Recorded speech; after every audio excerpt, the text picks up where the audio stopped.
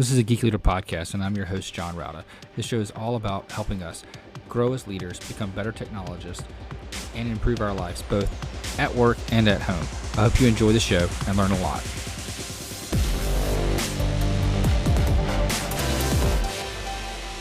Welcome to A Geek Leader Podcast. I'm your host, John Rouda. And if you could, please do me a favor and take a moment and leave a rating and review in whatever podcast player you're listening to this on, whether it's Apple Podcasts, Spotify, iHeartRadio, doesn't matter. I'd greatly appreciate it. And that feedback really helps get other listeners to the show. Also, if you're not subscribed, go ahead and subscribe so you don't miss an episode. And if you feel so inclined, you can go to ageekleader.com/tip and donate to the show. Thanks so much. All right, Geek Leaders, today I'm honored to have Jim Bishop on the show.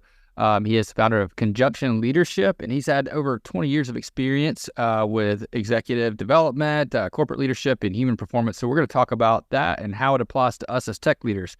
Anyway, with all that being said, Jim, welcome to the show. Thanks, John, for having me. If you don't mind, just tell the audience a little bit about your background and how you got into leadership and why that's important to you. Yeah, absolutely. Well, 20 plus years in corporate environment trying to figure out the best place I could serve, right? I went to school to be a scientist, actually trained in behavioral science and physiology. And I got my first job out of college was to work in the technical space of helping customers apply our products. What I recognized when I was out there working on that technical issues, most of the time customers didn't have any questions about the technical or the science. They only had questions about people. You know, our flawed and broken systems, and then we put flawed and broken humans in them, and then they tend to create a lot of chaos and confusion, and we don't know how to manage that because we can manage variability, and in other ways, what we can't manage is the differences in people. And so over the course of time, I found myself working in science-related life science areas, but I was always with the people bent. So I worked in leadership development, organizational development, training and development.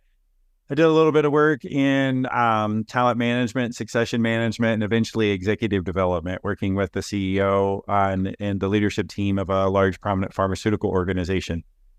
It was during those moments that we had continued to try to put butts in seats and change the culture of the company through training interventions. And what we recognized was it really wasn't working because the system and the structure around us wasn't working. And the way that we needed to do that was to take one leader at a time through a coaching journey and have them not just pivot in their skill set, but pivot in their mindset. And then they could unlock a whole new way of relating and being for other people. The pandemic helped a little bit with that as we all had to relate differently. But it also then gave me my greatest sense of voice and vision and said, it's time to bring this gift to the outside world. So in the middle of a pandemic is when I also chose to launch my new business venture and go out there and create change with other leaders who were bravely in these spaces as well. Awesome. So would you say that because during the pandemic, you know, and that's a whole, like for me, that's like a 2 or 3 year blur because we had, you know, everybody's, you know, working in the office. Now everybody's remote. And now we have, you know, some companies are coming back, some are not, some are permanently remote, some are hybrid now. And then there's this great resignation that happened somewhere in the middle of that. And now we get to the point where we're kind of going into a recession and the great resignation is kind of over. How has all of that played out into, you know, the growth of your business?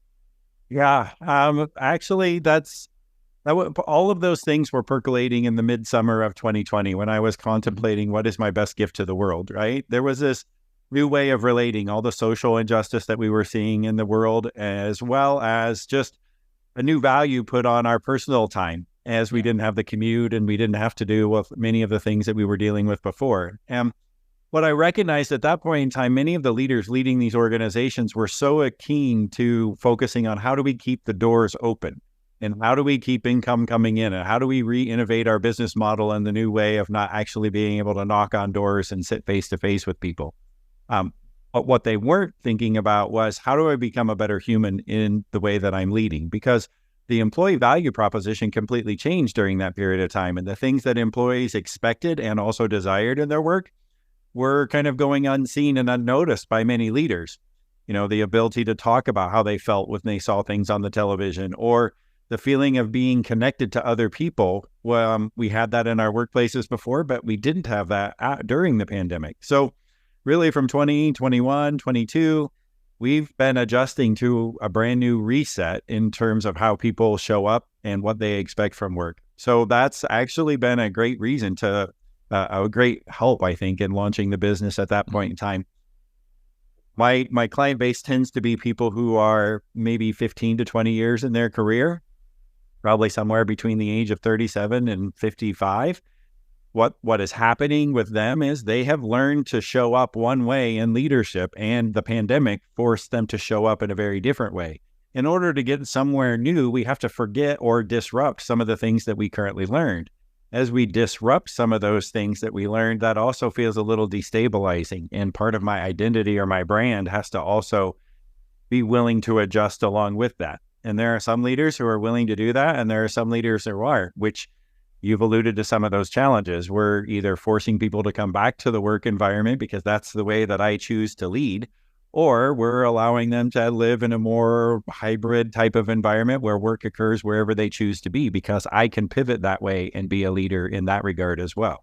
So, yeah. So I know for me and for several people that I've talked to, it can be kind of difficult when you're used to leading in that in-person environment and having those in-person meetings, and then you go to a Zoom environment, and it's kind of like you miss out on some of those serendipitous moments where you just kind of bump into someone in the hallway, you ask how things are going, you see that they're having a rough day, and you can talk about things. You don't really get that over, Teams and Zoom, on a regular basis unless you're really intentional about it.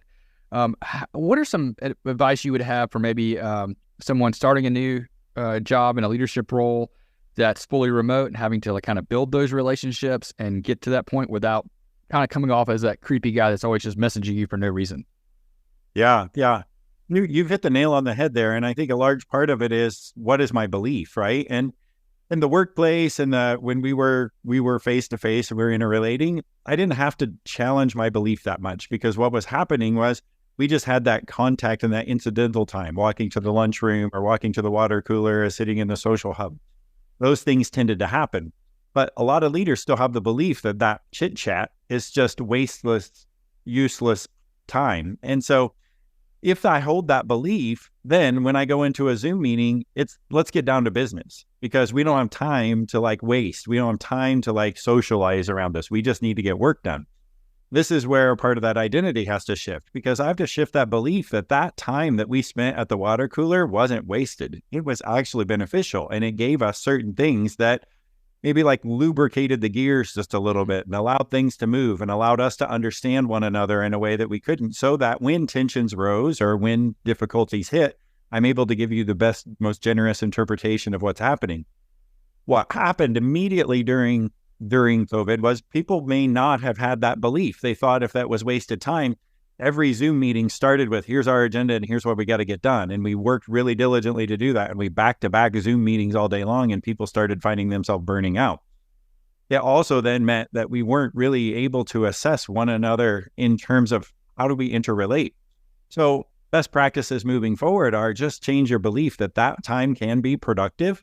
And the way that you can make it productive is by the leader just displaying a little bit more vulnerability and emotionalness, right? If they start sharing at the beginning of the meeting or ask everybody to share something that they've learned this week. One, we're conditioning that learning is important. And two, we're learning about one another.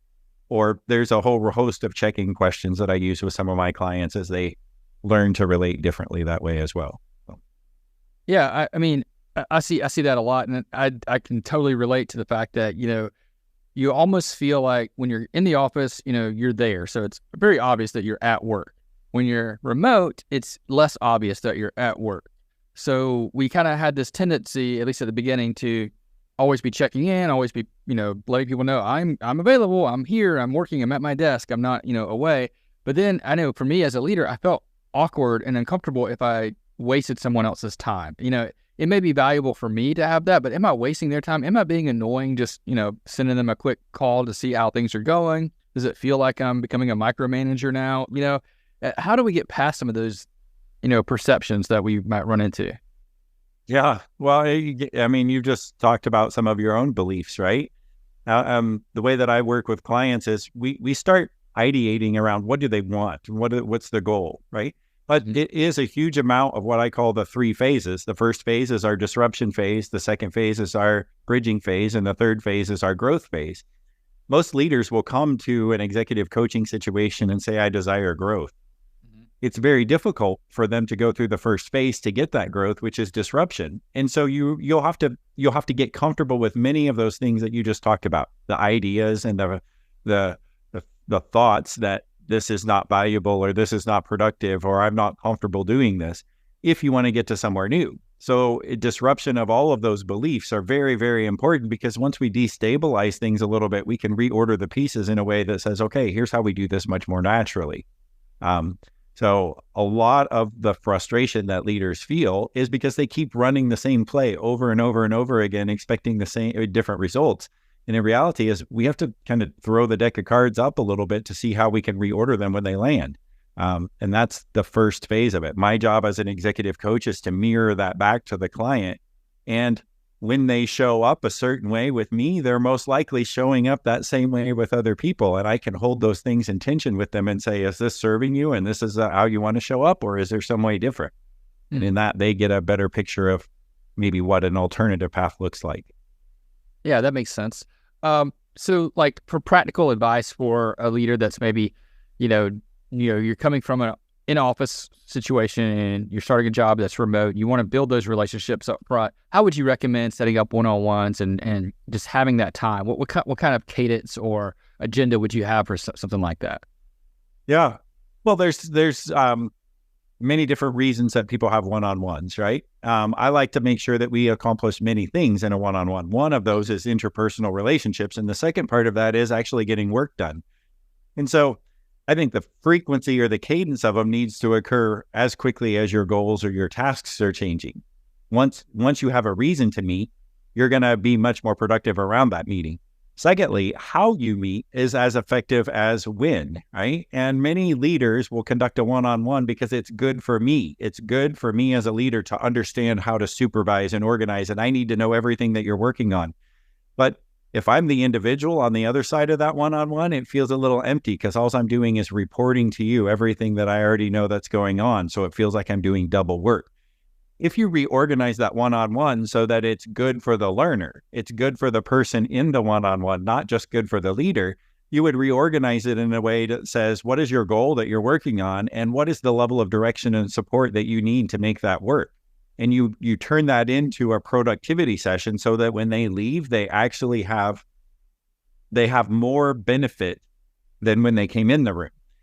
That to me is a better way of relating, because as a leader, then you're not assuming everything that someone comes in your room with and going, okay, now I know everybody's task list. There's just no way that you can manage that. But if you let them go out of that one-on-one and you know that they're much more likely with the level of direction or support that you provided to get to the goal or the task that they've got on their plate, then what you're really doing is letting go and distributing power across the organization rather than trying to aggregate it so that you can report it back upwards. So I think we just have a fundamental challenge in the way that we conduct one-on-ones pretty universally today. So yeah, I think you're right. And I think one of the things you were kind of hitting around a little bit there is the idea of having transparency when you're having those one-on-ones. Because a lot of times leaders, they like to hear all the information, but they don't like to share a whole lot. And, and part of that's because they feel like they can't be as transparent because they don't, you don't want to show your own faults. You don't want to show what you don't know. Sometimes you don't want to show what you do know about the company and the business and, what's upstream. But how important is that more important being remote or hybrid than being, in the office the way we used to do it? Yeah. One might make the case that it has become more apparent since we're not face-to-face as much. But I think it's always been important for a leader to generate a following is for us to have a mutual symbiotic relationship between boss and subordinate, right? I think there has been an outdated paradigm for many years that leaders have said, the leader is the person that knows the most and can tell most people what to do. I think it's time for us to break that paradigm, because if we can start distributing power and distributing the work around the organization rather than aggregating it, it's going to go much better with less people. So I guess I don't think it's been more important or less important. I think it's just become more apparent. So yeah, I think you're right about that. And I love the idea of distributing that, the idea of the power and the mindset. I always like to think about, if I have someone on my team that, does one skill, maybe there's the cybersecurity person. I expect them to know way more than I do about cybersecurity and to advise it. But just because they know it, unless I give them the authority to act on that, then I'm still the bottleneck. I can't scale as a department or as a group. Right. Absolutely. I wish we had more leaders like you. Right? I think part of it is I've struggled enough and stepped on my own toes enough and been the bottleneck enough times where I realized that I got to step back and realize that I can't do this.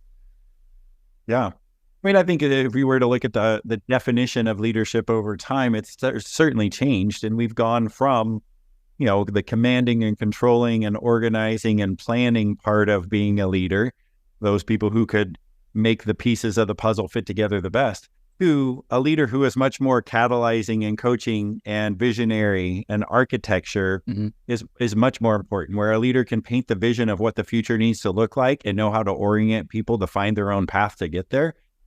That's a preferred way of leading in the new way of working, if you will, right? When we're distributed across many different time zones, we're also not face to face in all of our situations.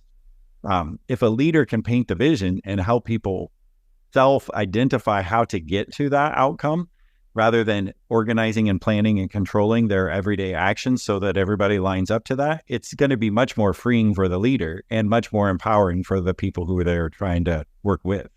Yeah, and not just more empowering, but more motivating too. When someone Absolutely. take ownership and have some autonomy in how they do their job and what they do, to get to that outcome, I think that motivates the employee, far greater than an inspirational speech can do.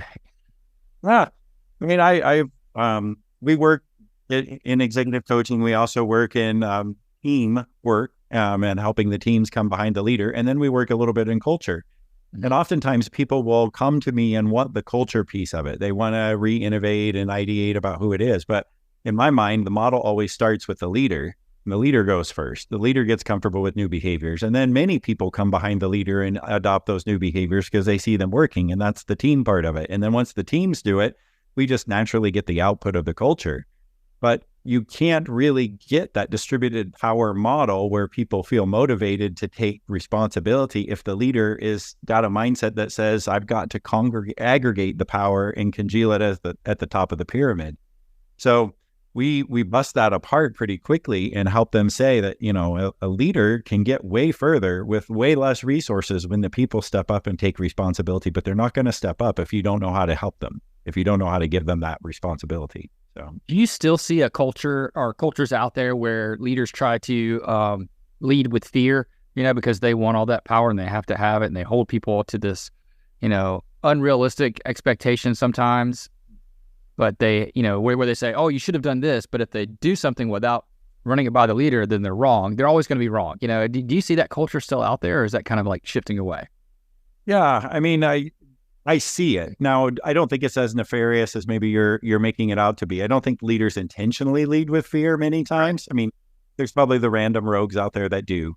But in reality, high compliance type of cultures often, or high SOP related cultures often have that type of mentality, because if we're putting pharmaceuticals in people's bodies, or if we're regulating things that are meant for consumption, or sometimes even in just process-oriented environments, it's easier for us to routinize the system and manage the system than it is for us to distribute power and allow people to make some mistakes occasionally.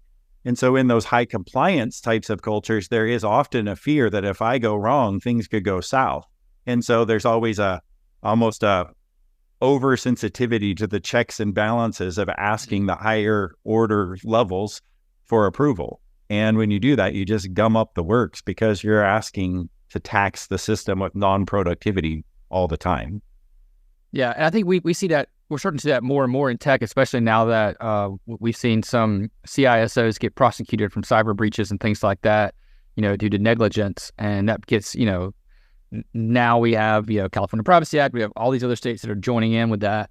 And there's a lot more checks and balances with data that, us tech leaders have to kind of deal with now. So we're kind of seeing a segmentation where, if I'm leading an entire tech org, I want my developers to be free to, make mistakes, to, as Mark Zuckerberg said, break things, move fast and break things. But I need my security and compliance to be all buttoned up too. and make sure that the mistakes that are made over here don't affect this data over here. And it gets really difficult to kind of juggle that sometimes.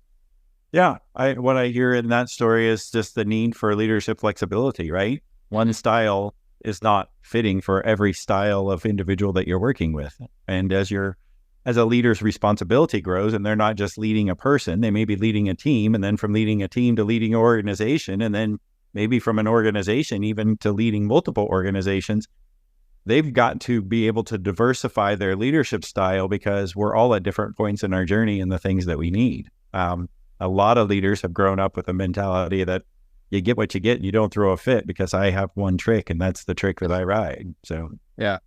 And I think that's an easy, path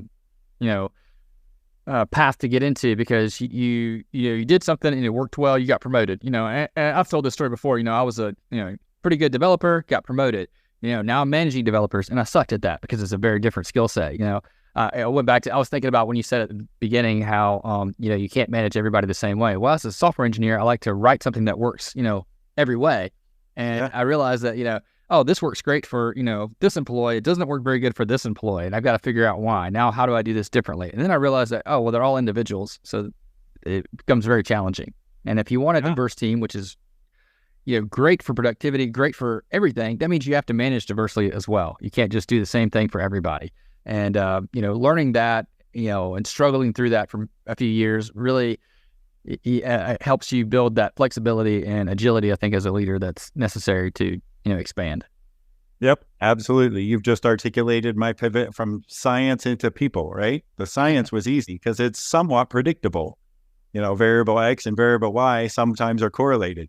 In human development and human organization systems, we show up differently every day based upon the way that what happened in our commute to work or what happened last night at dinner, or we might show up differently when we get a new boss, right? I mean, every change is an opportunity for us to show up differently. And that makes the world of leadership very, very difficult because you're not leading a system, you're leading people.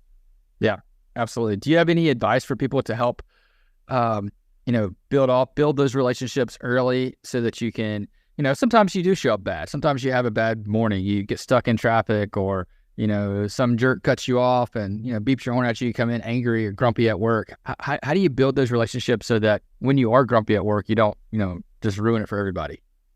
Yeah. Well, I mean, building relationships is one thing, but I think it all starts at the heart of the leader, right? I see leaders who are overly reactive. I'll call it that way. And we have systems and structure and some rules around us. And sometimes we learn to show up certain ways within those perceived rules. So some of us show up as an overly congenial, nice person. Some of us show up as an overly smart person who is going to outwit you. Others of us show up as people who can just multitask better than others and out-strategize you. So what we're going to do is outsmart and outplan you. And if we work those things, those identities up to some point, they're helpful because I do need some intellect, I do need some relationship, and I probably do need some work ethic. But when I rely upon those things too much in my overly reactive self is when you notice I'm getting grumpy or I'm getting agitated because what I'm doing isn't working. And, and if we were just to use the language of emotions, anger is a secondary emotion. I show up angry because something else is happening. Usually what's happening is the thing that I've learned to do isn't working for me anymore. So what we have to do is, one, identify it, and two, learn how to pivot away from it. Use the gift of being reactive, but also author yourself into the creative mindset where it doesn't really matter if the guy cut you off. It doesn't really matter if you've had a bad morning because you're in control of most of the decisions that affect your life and you're authoring the better future that you desire to see. We all know when we operate in that space, we're just much more resilient and we can bounce through the difficulties of life much better. When I see a leader who is probably more agitated than usual, what generally means is we need to dip back into what's that reactive pattern that they've fallen into so that we can pivot to the creative side of it. And as they do that, their relationships will just naturally blossom. Yeah. I know for me, like whenever I get in those situations where I'm grumpy and, a lot of times it takes someone pointing out to me that I'm being grumpy before I discover it. My self-awareness isn't quite there yet. But whenever that gets pointed out that I am grumpy, I try to think back like, okay, is this going to matter tomorrow? Is this going to matter next week? Is this going to matter next year? will I even remember this next week? I mean, I usually don't even remember what I'm wearing, what I wore yesterday. Probably won't. And then that kind of resets my, okay, yeah, this really doesn't matter. Let's just move on. And I don't need to be grumpy and make everybody else grumpy just because this thing happened that doesn't even matter anymore. Yes. That's such a healthy mindset. Again, I wish we had more leaders like you, right? Well, I do wish there was a way that I could figure out that I'm grumpy without someone else. Any tips for that? Yeah. Like I mentioned, anger tends to be a secondary emotion, right? And when you feel that heat rising, whatever that is, you may not know that you're grumpy, but you may be fixated on being right instead of understanding someone else's point of view. If someone has honed that gift of intellect, as an example, and that's their superpower, then what they fear most is not being smart enough or being found out because they don't know something. When they fear that, they're going to show up a little more grumpy, right? But underneath of it is because I fear being found out that I don't know the answer. If I'm an overly nice person and I've subordinated a lot of my own beliefs or my own opinions because I don't want to offend other people, then what happens is I might find myself being grumpy or irritated because I don't feel like I'm being known or heard. I don't have a voice, right? And I've learned just to be too nice. On the other side of it, if I've learned to outwork everybody and out-strategize everybody, what I find is I'm probably grumpy because I'm too tired.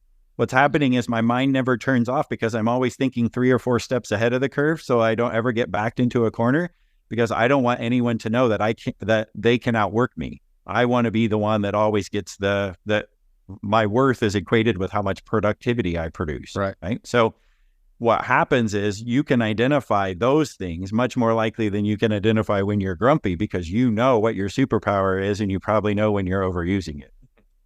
No, I think you're absolutely right. You hit the nail on the head there. I can kind of relate to that. There's so many times where I have this fear of being wrong. So I'll dig in on a point and then I realize that it doesn't even matter if I'm right or wrong on this. And I'm probably wrong. So I've luckily, with ChatGPT, I've kind of defaulted with, okay, let me ask ChatGPT and see what they say. And I say, okay, well, I was wrong. AI does. Well, since we're on a tech podcast and we've gone there, I think that's a huge space for many people who have that identity of, I've always been right. And in today's world, information is changing so quickly and we're finding out more and more. The people who have honed that gift of intellect are going to quickly find themselves outpaced by the robots, right? Yes. Because knowledge is no longer power. Knowledge used to be power when we didn't have as many people going to college or we didn't have as much information around us, right? And those that knew the most could actually have the most power. But today, that's not going to be the case. Relationships, right? Having boundaries between ourselves and understanding one another. That's also something that people will fear is as we get into this greater connected world where people are working across boundaries and geographies, I'm no longer the person who has the most relationship power. Or even people who can outwork or outproduce you. The robots can also take care of some of our productivity tools, right? And so what's going to happen is people are going to have to rely upon their humanity to lead much less than some of those superpowers that they've honed over time, because those are the things the robots can do for us.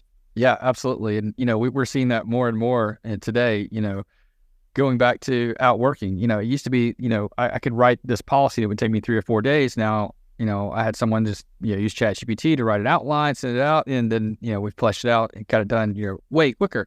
And it's one of those things where you're realizing that the things that you were good at before aren't going to get you to the next level. You've got to come up with something different. And I think that, being able to build those relationships and those human skills to manage people and lead people is what's most important.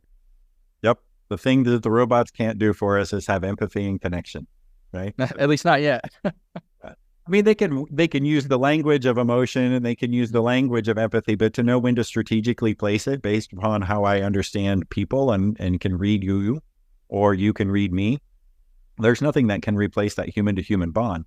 So back to our previous conversation, relating on Zoom, it's going to be even more critical. So do you see the work-life balance? It used to be this idea I'm leaving everything at the office and I'm coming home. But now that you're working at home, do you see that becomes more of an issue for people that are remote and not being able to let go and separate, or is that even a thing anymore?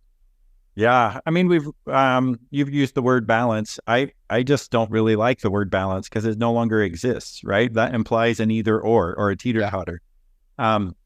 what I prefer is integration, because as a whole person, you show up every day as a whole person, and you need to stay a whole person. That means you've got concerns for relationship, you've got concerns for finances, you've got concerns for your physical health, you've got all these things that go on inside of a person, and you need to attend to them. And it's almost like a dashboard warning light system, right? If you're not attending to one of them, what you might be trying to do is overfunction in the ones that you feel like you can control. Oftentimes, that's our career. So oftentimes we try to overfunction in our career because we believe that's where our greatest sense of worth and identity have come from. But what happens is, as we do that, all the other warning lights in our life start going off. And so we feel like we're out of balance. But really what we're not doing is integrating our life and our work. It all has to go together, because the invention of the cell phone or informatics and tools, it's all bringing it to the forefront, where you have to be a person to know how to manage this stuff. You can't just balance things anymore. So work-life integration is what I prefer. Yeah, I think that's becoming, definitely the norm now, especially when, in the past, maybe you had a long commute. You could, be frustrated at work and listen to music on your way home or an audiobook and come home and kind of be in a good mood again because you've kind of gotten over it. But now we have, these smartphones, and, you get a message and you can't help yourself because you feel your leg vibrate. You pick it up, you look, and it's from your boss. And you're like, oh, now you've got to deal with that or figure that out and talk about that and realize that, what happens at work is going to affect me at home, and what happens at home is going to affect me at work, because, I can't, if my kid's sick or, they're doing bad at school, I'm going to take that emotional pain or whatever I'm struggling with into the office. Yep, absolutely. I think one of the first exercises I do with a lot of executives is just to go through a mapping exercise, and we take those dimensions of your life and we rate where you're currently at, and then we rate where you want to be at. And all high performance people always say, I want to be at the highest end of the scale on all of them, right? But in reality, it poses a difficult challenge. Can you be at the top of all of those all of the time? Well, maybe. I'm not saying you can't, but for a lot of people, they say, well, of course I need to be at the top of the scale in terms of finances, as an example. Well, maybe their life is in such shambles that they actually do need more finances. But in reality there's an insecurity there, because a lot of people probably have the finances that they can actually live a pretty decent life on, but that's what they know, and that's how they know to work. So they put a lot of intentional effort on career because it leads to finances, right? But what they're negating in that is they probably just haven't lost last year's Christmas rate, and we're about ready to get to Christmas again, and they're already feeling bad about that. And so they let these things unattended in the rest of their life because they're so intensely focused on trying to earn more money. And if we help them see that, like, well, maybe you have the money that you need. Maybe what you need to be able to do is get some integration in the rest of your life and allow this thing to play itself through, so that you have greater resilience and greater wholeheartedness. You're no longer going to be reactive to the power structures around you. You're going to be authoring what you want to see. But what's not happening today is you're working so over functioning in that one regard that you're just not able to pull everything else together, as an example. So how important is it to have, someone external from you walk you through these exercises and kind of point out the things that you don't realize is happening? Because I know, for me, it's one of those things where I don't realize that, like you said, if finances are your thing and, you're making a lot of money and that's what you want to keep making money because you have this fear of losing it, maybe you have imposter syndrome and your fear of, that you don't deserve to make the money that you're making or whatever it is. You focus so heavily on that, but you don't realize that you're focusing too heavily on that. How important is it to have someone from the outside kind of looking in and helping you out? Yeah. Well, you're asking an executive coach who's chosen to leave a corporate career, because I believe it's critically important. I mean, candidly, John, I couldn't do it myself either when I was leading teams and leading organizations. I was so busy. I have 5 kids. I was living a very full life at home. I was traveling a lot. I was on the road a lot. I'm serving clients. I'm serving my team. I'm trying to do everything I need to do to advance in my career. What I didn't have was that authentic mirror in front of me. I understood my intentions, and I gave myself the best benefit of the doubt. Like, my intention of being gone all the time was to earn more money for my family and provide a better future. But what they didn't know, they only saw my action, that I was never home, right? And in my being, there was this incongruence. Like, I really wanted to be home. I really wanted to be there for their baseball games or basketball games or some of their school activities. Yet I was the provider and I was going out on the road as the road warrior to make sure that that I could handle that. But it's in those moments where a neutral third party can hold the mirror up a little bit and say, I see what you're doing and I hear what you want. These two things seem like they're incongruent with one another. I don't have to solve your problem. But when I speak that out loud, you have the acknowledgement that you've been speaking that in your head for a very long time. Now that somebody else sees that, what it gives you the courage to do is step into it and go, how do I resolve this tension? And that's the name of the business, is conjunction, because I feel like a lot of people put the but in between those. I'm either going to be on the road or I'm going to be at home, or I has to be on the road so that I can't be at home, right? And if I put the and in between there, I can be the provider and be at home. How do I resolve that tension? When I get to the and, it forces me into a third option that says maybe I need to explore ideas that I haven't currently seen. And so the and, to me, is the way that leaders get through that. But they are not going to do it by themselves because they have so much history built up and identity, and they know their shame and they know their emotion. What they're going to do is just fight. But the truth of having a leader beside you or an executive coach is that I know you, I care about you, and I'm going to hold your best interests in greater detail than you'll probably hold them for yourself.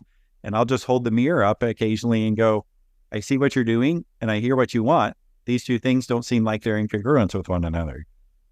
I think that makes perfect sense. I think it's been very helpful and, wonderful thing to talk about, especially the integration of work, life, integration versus work-life balance. I think that's a great way of putting it.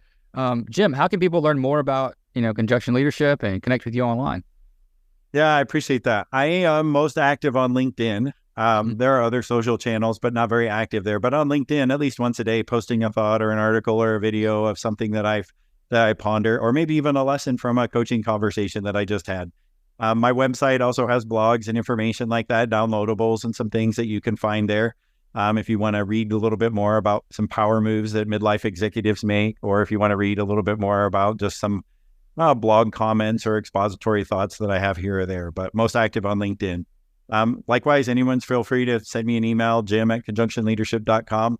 I answer most of those, and I am glad to get the connection from the outside world. So awesome. I'll link that too in the show notes at ageekleader.com so people can click through.